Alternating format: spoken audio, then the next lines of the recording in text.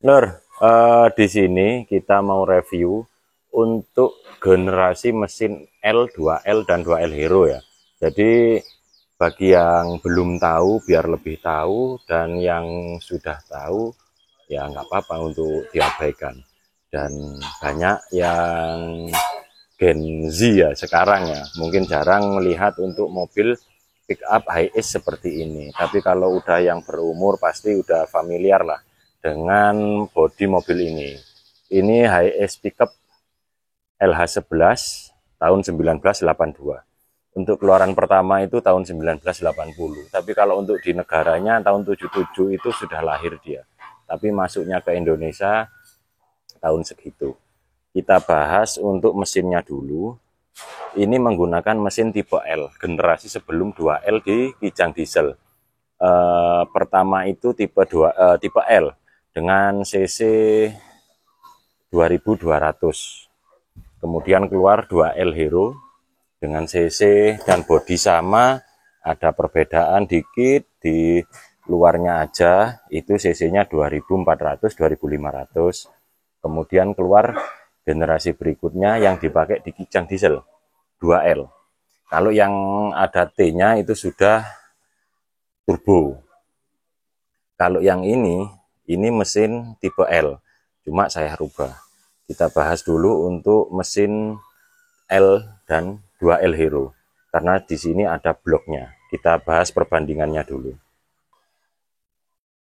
Nah, ini untuk mesin HS tipe L. Ini yang tahun 1982 karena menggunakan fan belt 1, bukan double. Tapi semuanya sama. Terus untuk 2L Hero yang cc 2500 itu bloknya sama, cuma dia bore up dan internal askrupnya beda. Kita lihat di sini nomornya, nomor kodenya 2L. Ini 2L, cuma body high ace dengan perbedaan piston dan askrupnya yang turbo. Dan di perbedaannya, di sini nggak ada bibir liner boring. Tapi kalau 2L, untuk 2L yang cc 2200 seperti ini lur ya, itu ada bibir liner boring seperti TAF GT. Ini ada linernya dan menggunakan kode mesin L. Ini mesinnya tipe L. Untuk bodi sama, beda piston, bore up dan askrupnya. Jadi sama. Kemudian keluar yang tipe 2L Kijang diesel seperti ini. Nah, ini 2L Kijang diesel. Ini L tipe L Hero yang 2200, ini L Hero yang 2L Hero yang 2500. Ini sama untuk bloknya, tapi nggak bisa diaplikasikan untuk silinder headnya. Di sini dia 2L, ini 2L.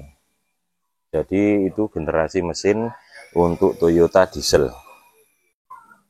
Dan banyak kasus overheat, retak silinder head untuk 2L, TAF GT, ini 2 silinder head 2L Hero. Ini ada 4 kalau nggak 3 silinder head Kijang 2L yang retak. Terus ini kita bahas untuk mesin di mesin kita sendiri. Maklum punya bengkel, jadi pekerjaannya pelan-pelan. Nah, ini mesinnya kita, ini mesin tetap 2200 cc tipe L, cuma kemarin dapat mesin utuh yang 2L. Jadi kita pindah silinder head, deck clampnya, turbonya, bospom turbo. Begitu juga dengan fan belt. Fan beltnya kita bikin double. Timingnya kita ganti punyanya 2L karena kita cari yang orisinil. Perbedaannya cuma 1 gigi dan lebar karena kita cari orinya. Dan di sini kita menerapkan konsep seperti di Thailand, yang mana radiatornya tidak di depan mesin, kita nanti taruh di belakang. Ini turbonya kita pakai RHF4 hybrid seperti ini, manifold custom, juga pakai eksternal turbo, wastegate. Nah, untuk di depan sini kita gunakan ini untuk intercooler dari Mitsubishi L300 Euro 4 karena pas dan sesuai. Dan ini oli coolernya di Mitsubishi L300 pickup atau Euro 2 kita pakai buat oli cooler mesin. Untuk intercoolernya juga pakai itu, tapi di sini tanpa kipas ya lor. Ini konsepnya beda, nanti kita pasang di belakang kabin untuk radiator. Dan di sini untuk dinamo starternya punyanya Kijang Diesel yang turbo, jadi besar. Seperti itu. Jadi konsepnya radiator di belakang, evap AC di belakang.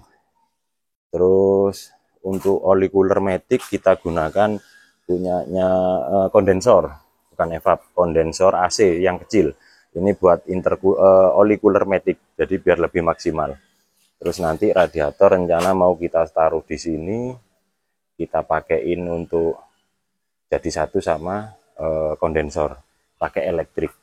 Jadi seperti itu mungkin konsepnya biar pada yang tahu ada semuanya tahu dan bisa menjadi referensi.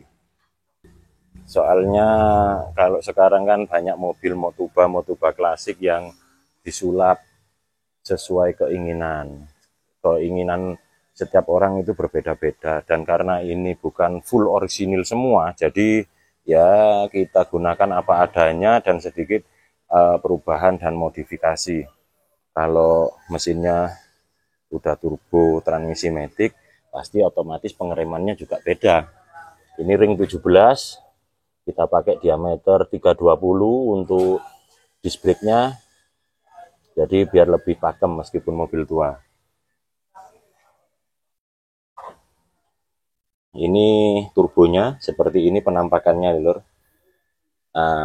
Sedikit meniru Thailand, istilahnya gitu. Jadi kita modif dikit-dikit. Jadi nanti ini ke sini pipanya masuk ke intercooler, keluar ke sini masuk ke intake sini. Terus filter kita taruh di bawah sini. Dan di situ nanti mungkin itu hasilnya tempat filter, tapi nanti kita rubah untuk rumah sigring. Untuk wiring kita rubah juga semuanya total. Untuk pengerjaannya ini karena saya pegang 15 tahun lebih, saya nggak pegang dari 2015, ini dongkrong, baru kita rakit semua, mulai dari nol. Chassis kita centering, kita perbaiki, kita keling lagi, kita maksimalkan. Gitu. Jadi mulai dari nol lagi. Dan untuk transmisi ini udah menggunakan transmisi Matic 2L. Nah, ini kita pasang di sini. Biar ada apa ya? Pickup pertama di Indonesia yang pakai Matic. Mungkin ini satu-satunya. Kalau knalpot pun juga model Thailand. Seperti ini. Berputar-putar. Jadi knalpot ini kalau kita bikin lurus, dia lebih panjang dari bodi sampai belakang. Jadi kita bikin lengkung gitu. Tapi nanti kita revisi lagi biar lebih enak untuk dilihatnya. Oke, mungkin itu aja sedikit review dari saya. Semoga bisa membantu dan bisa menjadi referensi ya lur. Kalau ini udah kita poles tadi kemarin yang luar. Ini yang bagian dalam. Ini kan buruk. Ini bagian dalam ini yang kusem ini. Kemarin karena mobil tua sering kena cutter waktu pasang kaca film, jadi baret akhirnya kita amplas semua sampai baretnya hilang, mau kita poles lagi. Kita kerjakan pelan tapi pasti ya lur, karena emang ini milik kita sendiri, jadi ya harus dibuat jadi maksimal dan bisa jadi maskot di bengkel. Oke, terima kasih lur udah menyaksikan videonya.